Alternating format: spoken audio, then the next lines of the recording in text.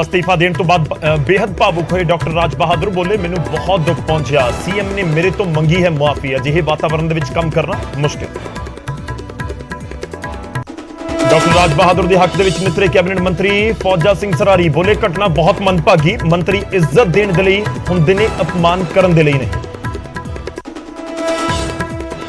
ਚੰਡੀਗੜ੍ਹ ਦੌਰੇ ਤੇ ਪਹੁੰਚੇ ਕੇਂਦਰੀ ਗ੍ਰਹਿ ਮੰਤਰੀ ਅਮਿਤ ਸ਼ਾਹ ਥੋੜੀ ਦੇਰ ਦੇ ਵਿੱਚ ਡਰੱਗ ਤਸਕਰੀ ਤੇ ਕੌਮੀ ਸੁਰੱਖਿਆ ਕਾਨਫਰੰਸ ਨੂੰ ਕਰਨਗੇ ਸੰਬੋਧਿਤ। ਕਾਨਫਰੰਸ ਦੌਰਾਨ ਦੇਸ਼ ਭਰ ਦੇ ਵਿੱਚ 30,000 ਕਿਲੋ ਨਸ਼ਾ ਕੀਤਾ ਜਾਵੇਗਾ ਨਸ਼ਟ। ਨਸ਼ੇ ਖਿਲਾਫ ਪੁਲਿਸ ਦਾ ਐਕਸ਼ਨ ਜਾਰੀ, ਅੰਮ੍ਰਿਤਸਰ ਦੇ ਵਿੱਚ ਨਸ਼ਾ ਤਸਕਰ ਕਾਬੂ, 20 ਲੱਖ ਦੀ ਡਰੱਗ ਮਨੀ ਅਤੇ ਪਿਸਤੌਲ ਵੀ ਬਰਾਮਦ। ਸਰਹੱਦ ਤੇ ਮੁੜ ਦਿਖੀ ਡਰੋਨ ਦੀ ਹਲਚਲ, ਤਰਨਤਾਰਨ ਦੇ ਵਿੱਚ ਖੇਮਕਰਨ ਸੈਕਟਰ ਦੇ ਵਿੱਚ ਦੇਖਿਆ ਡਰੋਨ, ਬੀਐਸਐਫ ਦੀ ਫਾਇਰਿੰਗ ਤੋਂ ਬਾਅਦ ਪਰਤਿਆ ਵਾਪਸ, ਇਲਾਕੇ ਦੇ ਵਿੱਚ ਚਲਾਇਆ ਜਾ ਰਿਹਾ ਹੈ ਸਰਚ ਆਪਰੇਸ਼ਨ।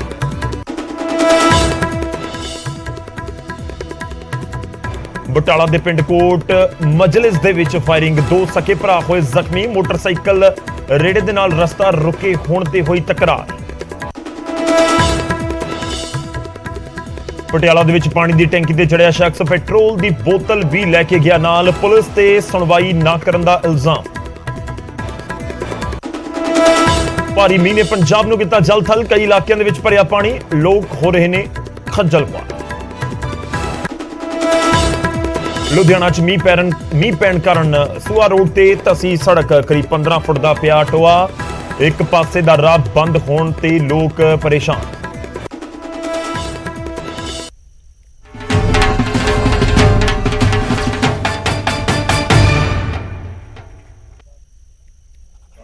ਸਤਿ ਸ੍ਰੀ ਅਕਾਲ, ਸਵਾਗਤ ਹੈ, ਗੌਰਵ ਸ਼ੁਕਲਾ ਮੈਂ ਹਾਂ ਤੁਹਾਡੇ ਨਾਲ ਤੇ ਕੁਝ ਤਸਵੀਰਾਂ ਦੇ ਨਾਲ ਸ਼ੁਰੂਆਤ। ਚੰਡੀਗੜ੍ਹ ਦੌਰੇ ਦੇ ਉੱਤੇ ਪਹੁੰਚੇ ਹੋਏ ਨੇ ਕੇਂਦਰੀ ਗ੍ਰਹਿ ਮੰਤਰੀ ਅਮਿਤ ਸ਼ਾਹ। ਡਰੱਗ ਤਸਕਰੀ ਤੇ ਕੌਮੀ ਸੁਰੱਖਿਆ ਕਾਨਫਰੰਸ ਦੀ ਸ਼ੁਰੂਆਤ ਹੋਈ ਹੈ ਤੇ ਇਸ ਕਾਨਫਰੰਸ ਦੇ ਦੌਰਾਨ ਹੀ ਦੇਸ਼ ਭਰ ਦੇ ਵਿੱਚ 30,000 ਕਿਲੋ ਜਿਹੜਾ ਨਸ਼ਾ ਹੈ ਉਹ ਨਸ਼ਟ ਕੀਤਾ ਜਾ ਰਿਹਾ, ਉਸ ਦੀਆਂ ਵੀ ਵੱਖ-ਵੱਖ ਤਸਵੀਰਾਂ ਇਸ ਸਮੇਂ ਸਾਹਮਣੇ ਆ ਰਹੀਆਂ। कोई आतंकी घटना होती है तो उसका नुकसान सीमित मात्रा में होता है, मगर ड्रग तस्करी के बाद ड्रग का जब प्रसार समाज के अंदर होता है तो पीढ़ियों को खोखली कर देता है। वो दीमक की तरह हमारे समाज और देश की जड़ों को खोखले करने का काम करता है। कोई भी स्वस्थ समाज, कोई भी समृद्ध राष्ट्र, कोई भी सक्षम और सुरक्षित राष्ट्र ड्रग तस्करी के खिलाफ जीरो टॉलरेंस की नीति के अलावे अपने उद्देश्य सिद्ध नहीं कर सकता है। और ये सामाजिक रूप से भी बहुत महत्वपूर्ण है। देश के अर्थतंत्र को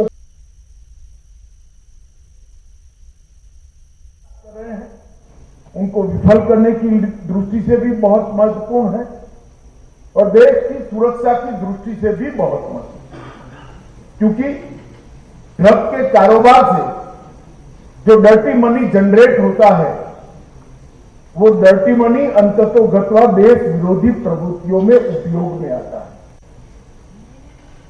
एक और ड्रग तस्करी को और ड्रग के प्रसार को रोककर हमें आने वाली पीढ़ी को तबाही और बर्बादी से बचाना तो चाहते ही, ये हमारा सबसे प्रमुख उद्देश्य होना भी चाहिए, परंतु साथ साथ नशे के व्यापार से जो डर्टी मनी जनरेट होती है, जो एक प्रकार का धन जनरेट होता है जिसको देश के खिलाफ उपयोग किया जाता है, उसको भी रोकना हमारे देश की सुरक्षा के लिए इतना ही महत्वपूर्ण है। इसलिए जब से 2014 से श्री नरेंद्र मोदी जी देश के प्रधानमंत्री बने, तब से भारत सरकार ने ड्रग के खिलाफ जीरो टॉलरेंस की नीति को अपनाया और धीरे धीरे सही हम हर प्रकार के जो कोई भी छिद्र दिखाई पड़ते थे व्यवस्था में, इसको पूर कर ड्रग के खिलाफ की लड़ाई को अभेद और बहुत द्रुत गति से, स्पीड से चलने वाली लड़ाई बनाना चाहते हैं। और मुझे आनंद है कि आजादी के अमृत महोत्सव के इस वर्ष के अंदर आज मैं विश्वास से देश की जनता को कह सकता हूं कि कभी भी आजादी के बाद जितनी स्पष्ट दिशा और गति से ड्रग के खिलाफ लड़ाई नहीं चली थी, आज इतनी स्पष्ट दिशा और गति के साथ हम ड्रग की लड़ाई को एक दिशा देने में सफल हुए हैं। इसके परिणाम भी आए हैं। और मित्रों, मादक पदार्थों का व्यक्तियों पर भी बुरा असर होता है, समाज पर भी होता है, अर्थतंत्र भी पर भी होता है और देश की सुरक्षा पर भी होता है। अतः ये बहुत निश्चित है कि इसको दृढ़ता के साथ मूल समेत देश के अंदर से उखाड़ देने की जरूरत है। और भारत सरकार का गृह मंत्रालय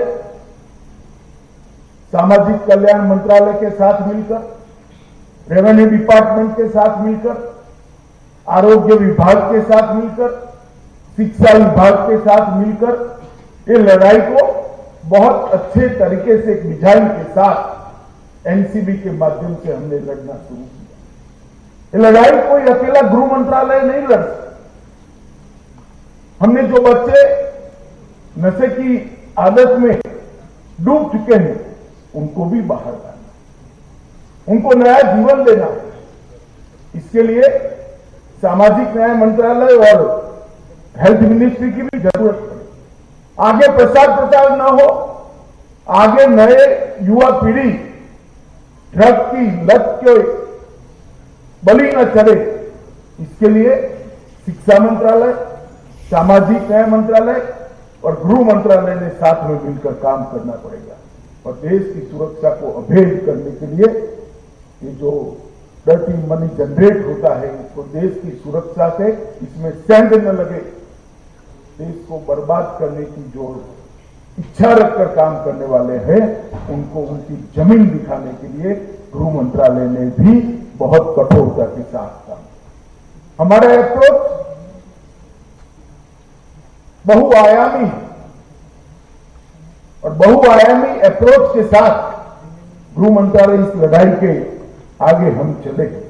इसके लिए हमने ढेर सारे एडमिनिस्ट्रेटिव रिफॉर्म्स भी किए, ढेर सारी नई पद्धतियां भी विकसित की, राज्यों को इसके साथ जोड़ने के लिए प्रोएक्टिव अप्रोच लिया है। एक और फोरेंसिक साइंस के क्षेत्र में सबसे आधुनिक से आधुनिक फोरेंसिक साइंस की लैब भारत में मादक द्रव्यों के लिए उपलब्ध हो, इसके लिए नेशनल फोरेंसिक साइंस यूनिवर्सिटी के कैंपस में हमने एक सेंटर भी स्थापित किया। दूसरी ओर कानून को कठोर करने के लिए सबके साथ हमारी चर्चाएं भी चल रही हैं।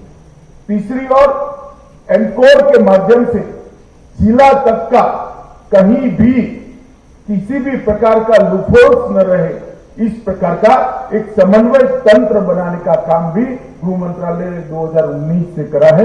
मैं बाद में इसके बारे में आपको बात करूंगा, मगर जो परिणाम मिला है वो परिणाम मैं आपके साथ जरूर बताना चाहूंगा कि परिणाम हमारा हौसला बढ़ाने वाला है। ये परिणाम दर्शाता है कि समस्या ऐसी नहीं है कि जिसका निदान नहीं, ये परिणाम बताते हैं कि समस्या ऐसी नहीं है जिसको मूल समेत समाप्त नहीं किया जा सकता।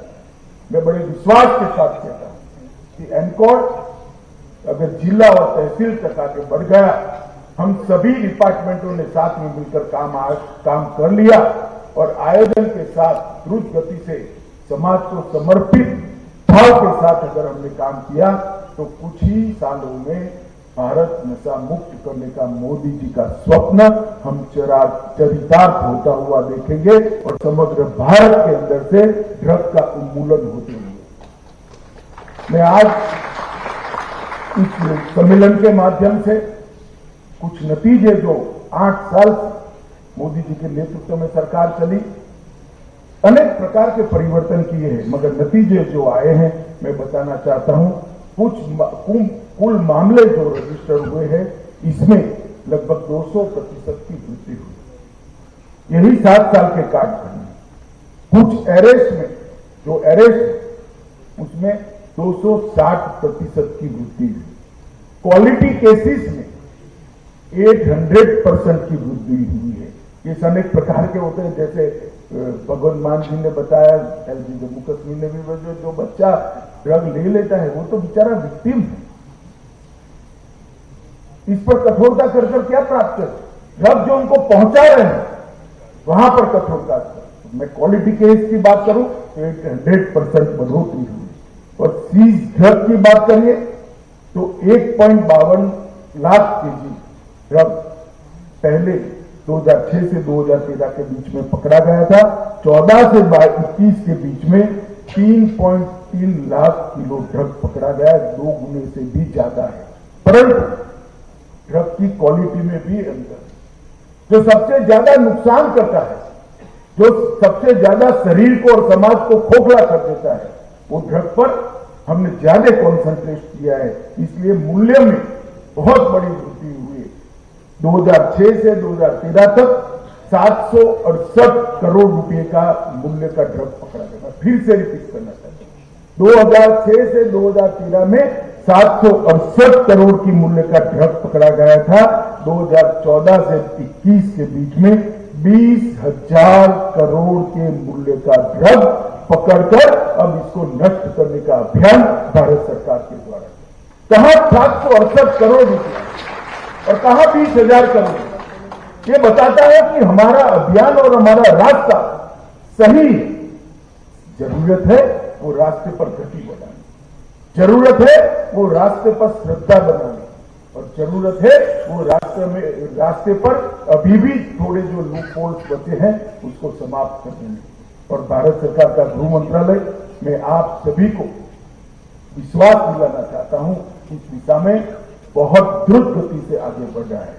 मित्रों, ये सेमिनार बहुत महत्वपूर्ण है। इस विषय को लेकर भारत सरकार की गंभीरता को हम राज्य से तहसील, जिला और जिले से तहसील और तहसील से गांव तक पर्कोलेट करना है। इसलिए इस सेमिनार को हमने ये 5 राज्यों का सेमिनार बनाया। देश में 2 क्षेत्र ऐसे हैं, नॉर्थ ईस्ट और देश का उत्तरी विभाग, जहां की सरहदों से ड्रग आता है, और यहां पर क्योंकि सरहद है इसलिए वो राज्यों का भी तो कोई दोष नहीं। ड्रग आने का रास्ता है तो सबसे पहले चपेट में यहां के युवा आए, मगर हम आंख मूंद कर नहीं बैठ सकते, हम हाथ जोड़कर नहीं बैठ सकते। हर समस्या का समाधान होता है, उसको खोजने की जरूरत होती है, और दृढ़ इच्छा शक्ति के साथ इसके इंप्लीमेंटेशन की जरूरत है। तो इस लड़ाई में राज्यों को साथ लाना और एक सिनर्जी के साथ ये लड़ाई को लड़ना बहुत महत्वपूर्ण है। इसलिए मैं मानता हूं कि ये सेमिनार बहुत महत्वपूर्ण है। नारकोटिक्स के संबंधित जितनी भी एजेंसियां काम कर रही हैं, वो सभी एजेंसियों के बीच में प्लेटफॉर्म पर चर्चा हो, और सभी के प्रयास एक दूसरे के पूरक, सभी अलग अलग दिशा में प्रयास करें तो परिणाम नहीं मिलेगा। सभी एजेंसियां एक ही दिशा में काम करें, सभी एजेंसियां एक दूसरे को पूरक हो तो परिणाम ज्यादा मिलेगा।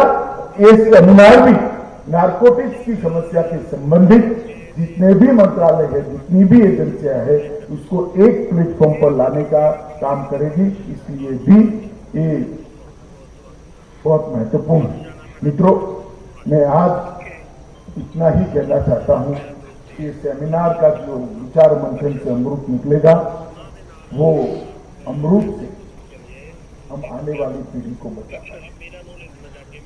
नारकोटिक्स के खिलाफ लड़ाई में मैंने हमारे अप्रोच में बहुत बड़ा बदलाव किया। पहले जब भी कहीं पर भी घटना होती थी, पकड़े जाते थे, तो उसको एक केस के रूप में देखा जाता। अब एनसीबी ने बहुत प्रयास के साथ एक एसओपी डेवलप की है कि ज्यादा मात्रा में नारकोटिक्स पकड़ा जाता है, बल्क नारकोटिक्स पकड़े भी है, दरिया के बीच में जाकर हमारी एजेंसियां पकड़ कर लाई। तो जब ज्यादा मात्रा में पकड़े जाते हैं, तब वो कहां जाना था वहां तक जांच को ले जाना है, और अगर कोई सेवन करने वाला पकड़ा गया है तो वो पदार्थ देश की सरहदों में कहां से आया, कब तक जाना। तो ऊपर से नीचे और नीचे से ऊपर की जांच का ये अप्रोच, ये समग्रता का अप्रोच इसमें परिणाम लाने में हमें बहुत बड़ी मदद, और मैं मानता हूं इस अप्रोच को हमने आगे भी ले जाना है। तो हमने देखा अभी लगभग 30,000 करोड़ के ड्रग को हमने 4 शहरों में 30,468 किलोग्राम ड्रग को आज जलाने का काम किया है। ये अभियान कई दिनों से चल रहा है और 15 अगस्त तक हम बहुत बड़ा ड्रग को जलाने का काम कर देंगे, क्योंकि कभी कभार ड्रग का धंधा करने वाले लोग जब्त ड्रग का भी उपयोग अलग अलग प्रकार से करते हैं। उनके लिए हम कोई जगह छोड़ना नहीं चाहते।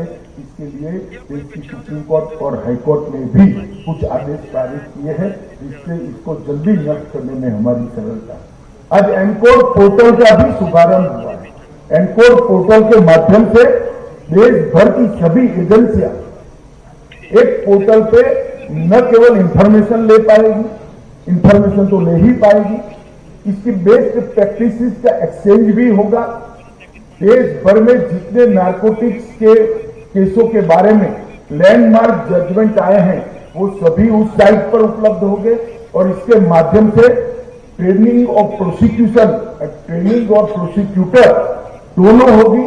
पब्लिक प्रोसिक्यूटर का भी ट्रेनिंग हो पाएगा, और थ्रस्ट एरिया क्या है इसको भी जिले कक्षा के पुलिस स्टेशन को भी आसानी से हम इंफॉर्मेशन को पहुंचा सकेंगे।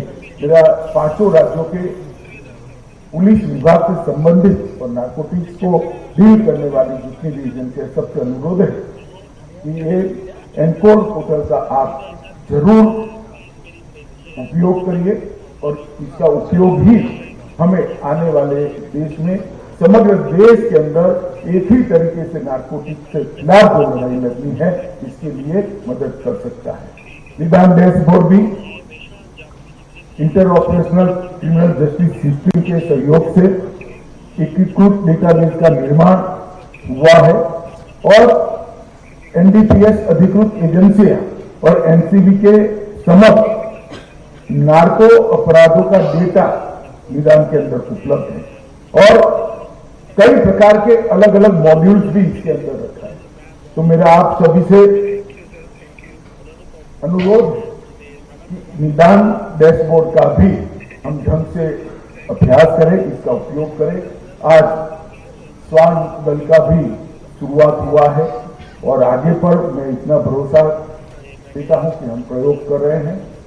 स्वान में भी हम आत्मनिर्भर बनने की दिशा में आगे बढ़ेंगे। भारतीय स्वान ही नारकोटिक्स के लिए ट्रेन करने का काम भी हमने शुरू कर दिया है, और बहुत कम समय के अंदर ये दिन आएगा कि नारकोटिक्स को आइडेंटिफाई करने वाले स्वान हमें बाहर से नहीं है। मित्रों, गृह मंत्रालय ने त्रिसूत्रीय फॉर्मूला पर काम शुरू किया है, संस्थागत संरचना की मजबूती। मैं आगे बात करूंगा एनकोर की।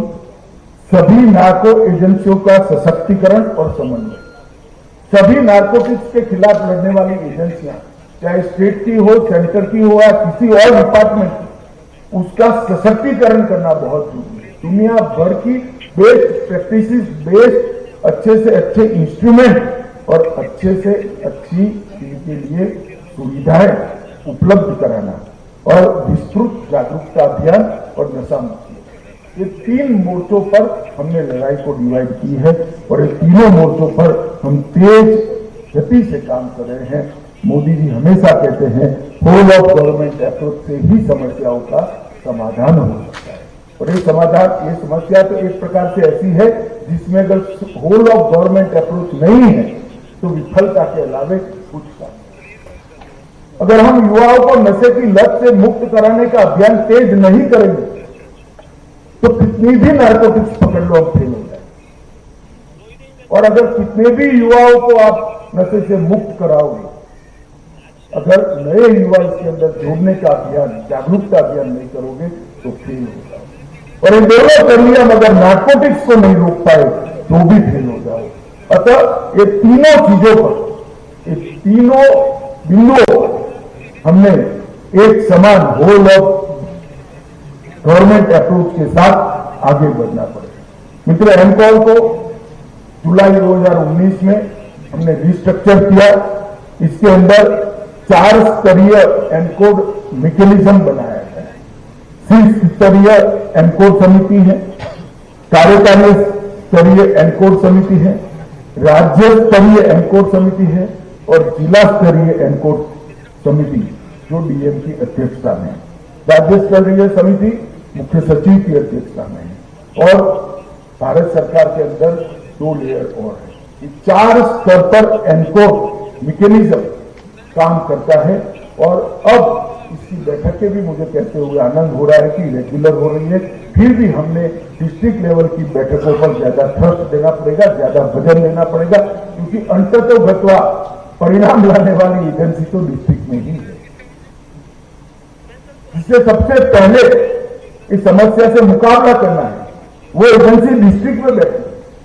तो डिस्ट्रिक्ट जिला स्तरीय एनकोड समिति की बैठकें ठीक हो। सारे मुख्यमंत्री और गवर्नर साहिबान यहाँ बैठे हैं। फिर आप सबसे भी निवेदन है, आपके अति व्यस्त कार्यक्रम में आप सप्ताह में 3 घंटा और 30 दिन में 1 दिन नारकोटिक्स के लिए लगा दें, तो मुझे लगता है कि अभियान बहुत तेजी के साथ है। मैंने भी मेरी डायरी के अंदर एक टाइम नारकोटिक्स के खिलाफ लड़ाई के लिए फिक्स किया हुआ। ये अप्रोच जब तक हम नहीं लेंगे, ये कल्चर हमारी ऑफिस से शुरू नहीं होगा, तब तक ये परकोलेट नहीं हो।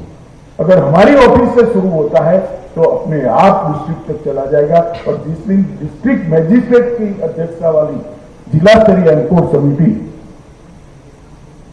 एक्टिवेट हो गई और परिणाम लाने लगी, तो मल्टी डायमेंशनल परिणाम आएंगे और बहुत तेजी से परिणाम आएंगे।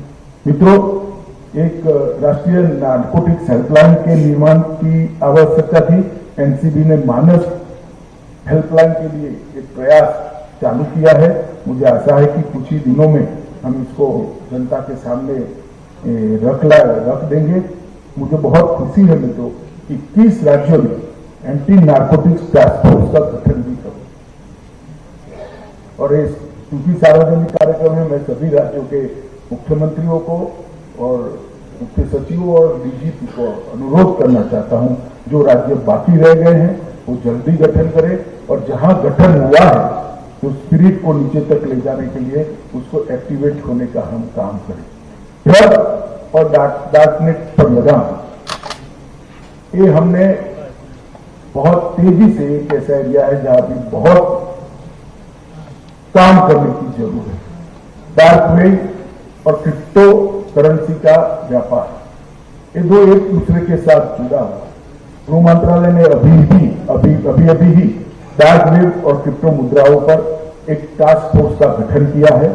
हम प्रशिक्षण देने का भी प्रयास कर रहे हैं और मादक पदार्थों की तस्करी और क्रिप्टो करेंसी आज एक दूसरे का एक स्वरूप से पर्याय बन गए और इसे हमें राज्य स्तर पर भी बहुत तेजी के साथ इसके साथ जुड़ना पड़ेगा।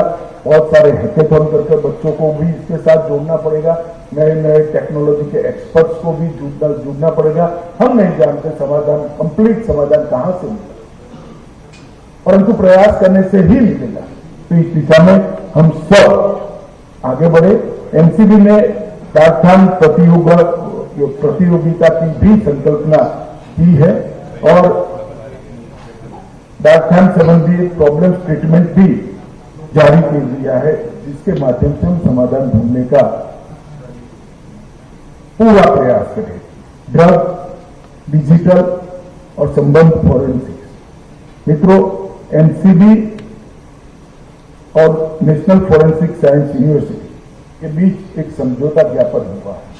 इस समझौते के तहत हम मॉडल फॉरेंसिक लैब कैसी हो सकती, किसी भी राज्य को मॉडल फॉरेंसिक लैब बनानी है तो हम नेशनल फॉरेंसिक साइंस यूनिवर्सिटी उनको पूरा गाइडलाइन देगा, एनसीबी पूरा गाइडलाइन देगा और इस दिशा में एक एसओपी भी बनाने के लिए दोनों प्रयास कर रहे हैं। आज पंजाब के मुख्यमंत्री यहां बैठे हैं। सब लोगों ने कहा कि पंजाब में समस्या ज्यादा है। मैं मानता हूं पंजाब में समस्या ज्यादा है, बॉर्डर का स्टेट है और समस्या ज्यादा है, इसलिए हमने वहां प्रयास भी ज्यादा करना पड़ेगा। भगवान मान साहब हमें जमीन और मकान दे दे, हम फॉरेंसिक लैब भारत सरकार की ओर से अमृतसर में भी बनाएंगे और एनसीबी का वहां पर एक छोटा सा सेंटर भी खोलेंगे जो ट्रेनिंग वगैरह का, क्योंकि हम समस्या का जब तक समाधान करने के लिए जॉइंट एफर्ट्स नहीं करेंगे, भारत सरकार पंजाब के साथ कंधे से कंधा मिलाकर लड़ने के लिए खड़ी है। जानते हैं कि पंजाब के युवा को नशे से बाहर निकालना, जो भी एफर्ट्स करता है इसके साथ हम खड़े हैं। और चंडीगढ़ के सेंटर के अलावे अमृतसर में एक सेंटर भी बनाएंगे और फॉरेंसिक साइंस का हम लैब भी बनाएंगे और पंजाब के नशा के खिलाफ की जो लड़ाई है उसको भारत सरकार मोदी जी के नेतृत्व में मजबूत सहयोग करेगी, इसका मैं आश्वासन देना।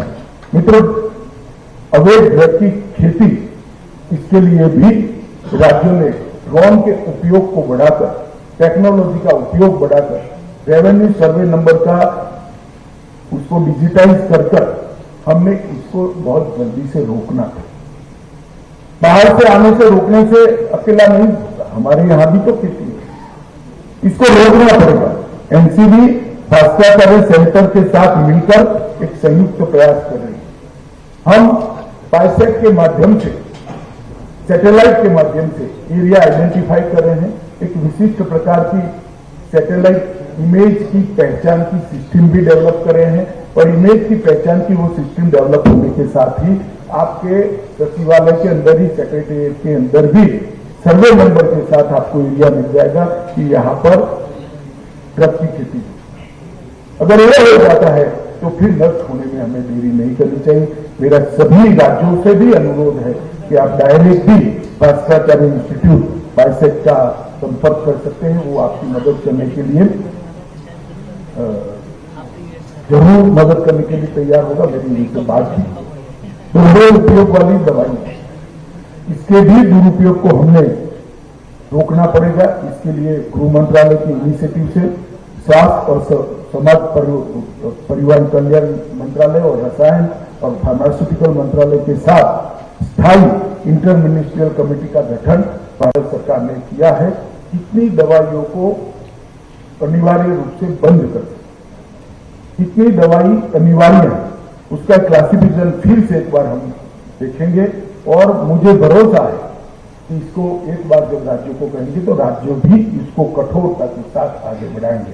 ये तो समुद्री मार्ग से तस्करी रोकना एक बहुत महत्वपूर्ण, भारत सरकार की एजेंसियों ने कोस्ट गार्ड के साथ और समुद्री तट पर बसे राज्यों के साथ मिलकर बहुत बड़ी मात्रा में लगभग विगत एक साल में वैल्यू की दृष्टि से, कीमत की दृष्टि से जितना भी ड्रग पकड़ा गया, इसका 81% ड्रग समुद्री मार्ग से पकड़ा गया है। मैं आपको इसलिए बताता कि एक रास्ता हम बंद करके और आश्वस्त हो जाएंगे, ऐसा नहीं चलेगा। वो लोग दूसरा रास्ता ढूंढ रहे हैं, हमें भी ढूंढना पड़ेगा वो कौन से रास्ते से आ रहे हैं। तो समुद्री मार्ग से तस्करी, जैसे ये 5 राज्यों के यहाँ ये समस्या नहीं है और राज्यों के, तो मैं इसलिए इसको इंगित करना चाहता हूं कि भारत प्रमुख अंतर्राष्ट्रीय समुद्री मार्ग के चौराहे पर, हमारी समुद्री सीमा से न लंका जाने देना है, न पूर्व के देशों में जाना, न भारत में आने। मैं फिर से एक बार कहना चाहता हूं, भारत की सरजमीन न ड्रग बनाने देगी, न ड्रग को आने देगी, न ड्रग को यहां से बाहर जाने देगी।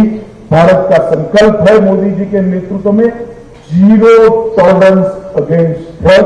ये दुनिया की लड़ाई है जो भारत में है और इस स्पिरिट के साथ हम इस समस्या का समाधान कर सकते हैं। कई हवाई अड्डों पर हमने अलग प्रकार के पद्धतियां भी विकसित की है, मैं सार्वजनिक करना नहीं चाहता। कस्टम और डीआरआई ने भी कई प्रकार के सॉफ्टवेयर बनाए हैं जिससे तुरंत ही हमें सूचनाएं मिल जाती है और फाइनेंशियल इन्वेस्टिगेशन के लिए भी एफआईयू और ईडी दोनों के साथ बहुत गहन विचार विमर्श गृह मंत्रालय करता है और एक्टिव पार्टिसिपेशन इनका भी होता है। वित्तीय जांच जो की जा रही है उसमें सिर्फ जांच कर छोड़ नहीं रहे, इनकी संपत्तियां भी जब्त कर रहे हैं और उनके मूल कहां तक है वहां तक जाने का काम हम करें। नशीली दवाइयों के स्रोत और गंतव्य और पूरा नेटवर्क का चार्ट एक एक केस का बनाने का हम आगे पर करेंगे। हमने जिले तो आज इंगित किए ही 272, इसमें तहसील भी इंगित की है, लगभग 80,000 से ज्यादा गांव भी इंगित हो। अब एरिया हमारा तय है कि लड़ाई कहां लड़नी, सामाजिक न्याय अधिकारिता मंत्रालय ने कहां लड़नी है, गृह मंत्रालय ने कहां लड़नी है, समुद्र की हमारी निगरानी करने वाली एजेंसियों ने कहां लड़नी है और राज्यों ने कहा। अब हमारा काम है संकल्प के साथ हर व्यक्ति, हर एजेंसी अपने अपने क्षेत्र, जो अपने कार्य क्षेत्र है, इसके अंदर ये लड़ाई को मजबूत ले जाए। मित्रों, भारत सरकार ने 44 विभिन्न देशों के साथ नारकोटिक्स के लिए अलग अलग प्रकार के हस्ताक्षर भी किए हैं, समझौता ज्ञापन भी किए हैं और सूचनाओं का आदान प्रदान शुरू हो गया है। मैं इतना कह सकता हूं, 44 देशों के साथ आज हम एक साथ मिलकर दुनिया भर की ये समस्या है, इसको दुनिया से समाप्त करने के लिए अपना योगदान देने के लिए तैयार है। मित्रों, मेरी राज्यों से भी बहुत अपेक्षा है। लड़ाई अकेली केंद्र सरकार नहीं लड़ सकती, राज्य की लड़ाई लड़ने की गति केंद्र से 2 गुना से ज्यादा, तभी जाकर परिणाम, और राज्य भी अकेला नहीं लड़ पाए। राज्य ने इस लड़ाई को परकोलेट करना पड़ेगा, डिस्ट्रिक्ट तक, तहसील तक, गांव तक, और एनकोड पोर्टल और निदान प्लेटफॉर्म इसका समाधान होगा। एनकोड पोर्टल और निदान प्लेटफॉर्म का जितना उपयोग आप करेंगे, मुझे लगता है इसका करेंगे, इसका जितना उपयोग करेंगे इतना ज्यादा समस्याओं का हम समाधान कर जाएंगे। एनकोड तंत्र और जॉइंट कोऑर्डिनेशन समिति का सदुपयोग हमने करने की आदत भी डालनी पड़ेगी और उसके निर्देशों को हमने इम्प्लीमेंट भी करना पड़ेगा। ड्रग्स की बड़ी जब्ती के मामले में भी मेरा राज्यों से अनुरोध है, इसको सेंट्रल स्टेट का मामला हम न बनाए। जहां पर भी आपको लगता है ये मामला हमारी राज्य की सीमा के बाहर जाता है, आप एनसीबी और एनआईए को केस हैंड ओवर कर हम इसको, अगर राज्यों की सीमा के बाहर जाता है तो आप एनसीबी को दे दीजिए, अगर देश की सीमाओं के बाहर का मामला है तो आप एनआईए को दे दीजिए। देश की संसद ने एनआईए को विदेश के अंदर जांच करने के लिए सक्षम बनाया है। हम समस्या का समाधान चाहते हैं और मैं भरोसा देना चाहता हूं कि राज्य की, केंद्र की ये दोनों एजेंसियां राज्य को भरोसे में लेकर, राज्य को साथ में लेकर ही जांच करेगी। मगर जब आपके दायरे में ही जांच नहीं है तो आप कैसे जांच करोगे? जांच को वहां आधा अधूरा छोड़ना पड़ेगा। मेरा आप सभी से निवेदन है, एक बार हम सब साथ में आकर लड़े। फास्ट ट्रैक कोर्ट्स के लिए भी सुप्रीम कोर्ट के साथ बातचीत चल रही है। फास्ट ट्रैक कोर्ट और एक्सक्लूसिव कोर्ट, इसके लिए भी बात हो रही है। प्रोसिक्यूटर ट्रेनिंग के लिए भी हम बहुत बड़ा काम कर रहे हैं। मित्रों, आज इन 5 राज्यों का सम्मेलन यहाँ बुलाया गया है। ये 5 राज्य और नॉर्थ ईस्ट पूरा एक ड्रग की समस्या का प्रवेश द्वार भी है और यहाँ के युवा सबसे ज्यादा ड्रग के समस्या से ग्रसित है, पंजाब विशेष रूप से। इसलिए ये 5 राज्यों ने भी अपने राज्यों की एक कोऑर्डिनेशन की व्यवस्था करनी पड़ेगी। पंजाब से अगर हरियाणा जाता है तो हरियाणा को सूचना तुरंत मिल जाए, हरियाणा उसको दिल्ली की ओर नहीं जाने देगा। कश्मीर से अगर ड्रोन से आता है तो इसको भी आगे ड्रोन पर भी डीआरडीओ और काफी लोग मेहनत कर रहे हैं। मुझे भगवान जी ने कहा कि पंजाब भी कुछ प्रयोग कर रहा है। मुझे भरोसा तो है कि इस समय में ही हमारे बच्चे, हमारे टेक्नीशियन, हमारे साइंटिस्ट इसका रास्ता निकाल देंगे। मगर ड्रोन आज हमारे लिए समस्या बना हुआ है, ड्रग की तस्करी के लिए, हथियारों की तस्करी के लिए, जाली नोटों को यहाँ लाने, मगर उस पर भी युद्ध स्तर पर हम काम कर रहे हैं। मित्रों, आज मैं इतना ही अंत में कहना चाहता हूं कि आजादी के अमृत महोत्सव के वर्ष में मोदी जी ने कहा है कि अमृत महोत्सव से शताब्दी तक जो अमृत काल है इसमें हम संकल्प करें। मेरा भी सम्मेलन में आप सभी को अपील है कि हम सब भी संकल्प लें कि ड्रग से भारत की युवा पीढ़ी को पूर्णतया मुक्त कराएंगे और एक समृद्ध और नए भारत की रचना में अपना योगदान देंगे। मुझे भरोसा है हर राज्य का सहयोग मिलेगा, हर राज्य प्रोएक्टिव रोल भी करेगा और हर राज्य आगे बढ़कर, केंद्र से भी आगे बढ़कर ड्रग की समस्या को अपने अपने क्षेत्र में समाप्त करने के लिए करेगा। ये 2 दिन का सेमिनार अनेक प्रकार के डिस्कशन करने वाले हैं, अनेक प्रकार की समस्याओं की चर्चा भी करने वाले हैं, कोऑर्डिनेशन भी होगा और समस्याओं का समाधान भी होगा। आयोजकों को मेरी बहुत बहुत शुभकामनाएं हैं और सभी राज्यों के मुख्यमंत्री को अंत में मैं गृह मंत्रालय की ओर से धन्यवाद करना चाहता हूं कि आपने उपस्थित रहकर यहाँ सहकार देकर इस समस्या के खिलाफ लड़ने का मेरे मंत्रालय का संबल बढ़ाया है, हमारा हौसला बढ़ाया है और इससे ऊर्जा भी मिली। अंत में आप सभी को सम्मेलन के लिए शुभकामनाएं देकर मैं मेरी बात समाप्त करता हूं। वंदे मातरम।